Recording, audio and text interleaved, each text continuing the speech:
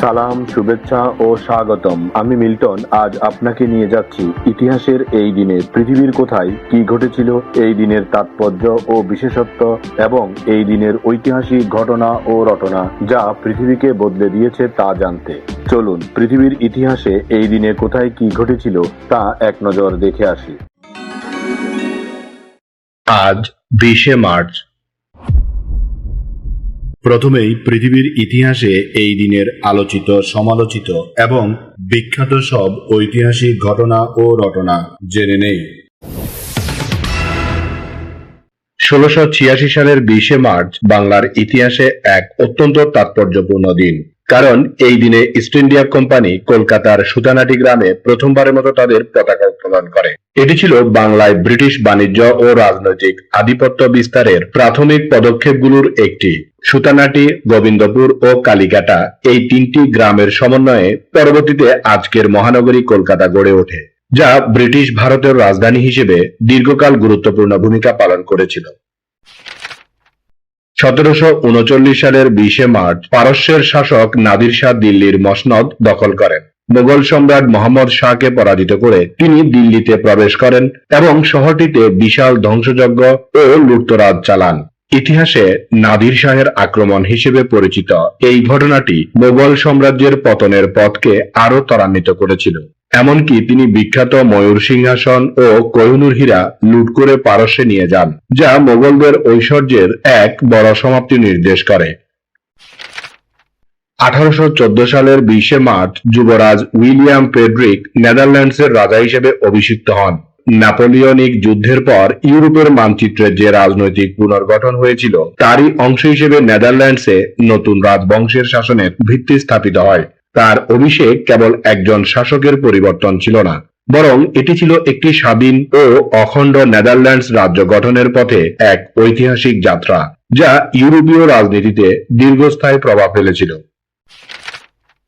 1935 সালের 20শে মার্চ বিশ্বজুড়ে ব্রিটিশ সংস্কৃতি, শিক্ষা এবং ইংরেজি ভাষা প্রসারের লক্ষ্যে ব্রিটিশ কাউন্সিল প্রতিষ্ঠিত হয়।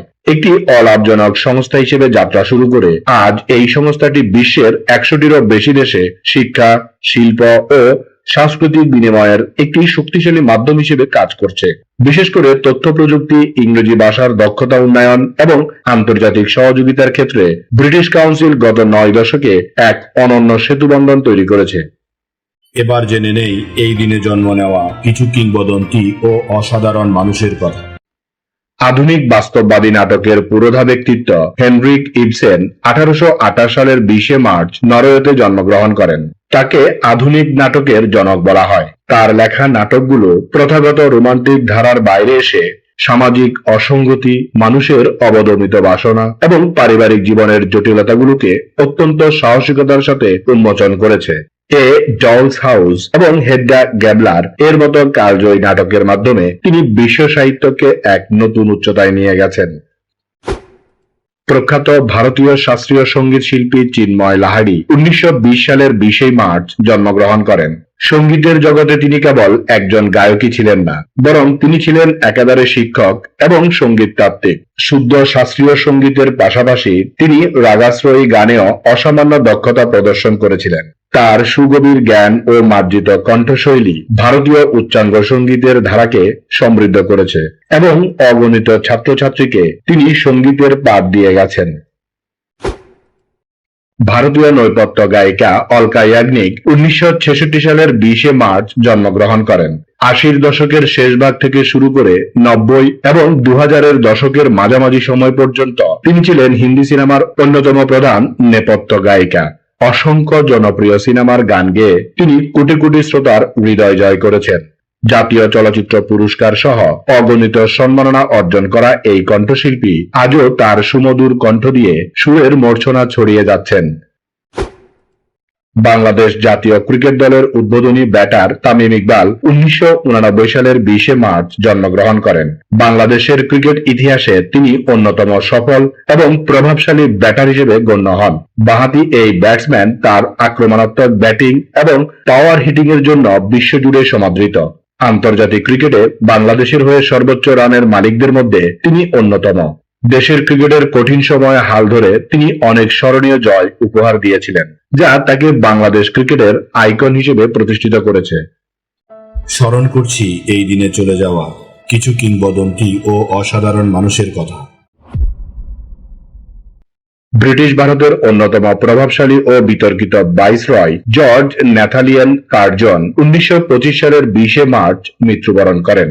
1905 সালে তার করা বঙ্গভঙ্গ এবং বাংলাকে দুই ভাগে বিভক্ত করার সিদ্ধান্তটি তৎকালীন ভারতীয় জাতীয়তাবাদের ইতিহাসে এক চরম উত্তেজনার জন্ম দিয়েছিল, যা শেষ পর্যন্ত দেশভাগের প্রেক্ষাপটকেও প্রভাবিত করেছিল। একজন দক্ষ প্রশাসক হওয়া সত্ত্বেও সাম্রাজ্যবাদী নীতির কারণে তিনি চিরকাল সমালোচিত হয়ে থাকবেন। তবে প্রত্নতত্ত্ব ও ভারতীয় ঐতিহ্য সংরক্ষণে তার ব্যক্তিগত আগ্রহ ও উদ্যোগ ভারতের ইতিহাসের অনেক নিদর্শনকে ধ্বংসের হাত থেকে রক্ষা করেছিল। বিশিষ্ট বাঙালি সঙ্গীত শিল্পী অখিল বন্ধু ঘোষ 1988 সালের 20 মার্চ পরলোক গমন করেন।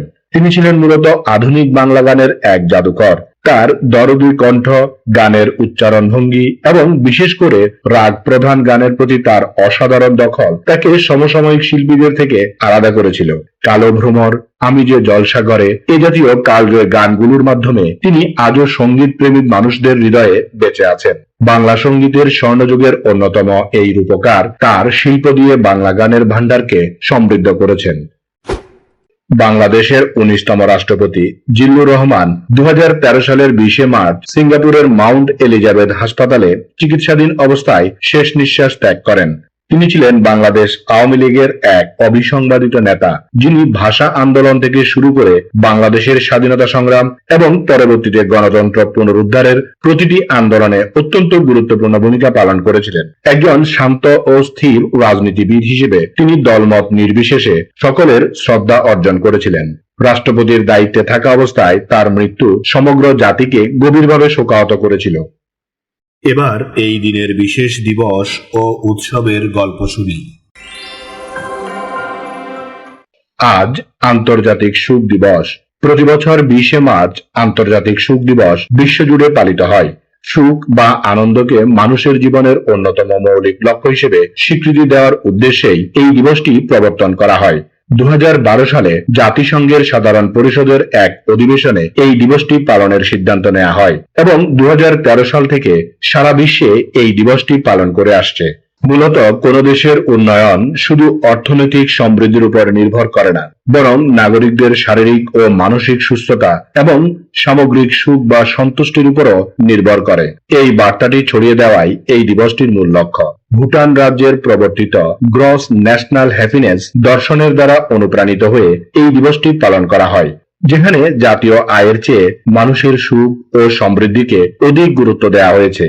এই দিনে বিশ্বব্যাপী মানুষের মধ্যে ইতিবাচক চিন্তা, কৃতজ্ঞতাবোধ এবং পারস্পরিক সৌহার্দ্য বাড়ানোর জন্য নানা সচেতনতামূলক কার্যক্রম গ্রহণ করা হয়। এটি আমাদের মনে করিয়ে দেয় যে জীবনের ছোট ছোট অর্জনে সন্তুষ্ট থাকা, অন্যের বিপদে এগিয়ে আসা এবং সমাজের প্রতিটি স্তরে ইতিবাচকতা বজায় রাখাই সত্যিকারের সুখের চাবিকাঠি। এই দিন আমাদের জীবনের ঐতিহাসিক, প্রাকৃতিক, শৈল্পিক, সাংস্কৃতিক, সাহিত্যিক, রাজনৈতিক, বিজ্ঞান, গবেষণা, আন্দোলন, উৎসব, অর্জন, খেলাধুলা, সুখ দুঃখ, হাসি কান্না, আনন্দ বেদনা, পাওয়া না পাওয়া, মায়া মমতা, ভালোবাসায় ভরা সুখকর স্মৃতিময় একটি সুন্দর দিন। চলুন এই দিনটি উপভোগ করি। আগামীকালকের তারিখে পৃথিবীর কোথায় কি ঘটেছিল তা জানার আমন্ত্রণ জানিয়ে আজকের গল্প এখানেই শেষ করিলাম। লাইক, শেয়ার আর সাবস্ক্রাইব করার দায়িত্ব আপনার। আমি শুধু বলিব, নিজের, পরিবারের, প্রতিবেশীর ও পরিবেশের যত্ন নিন। ধন্যবাদ। খোদা হাফেজ।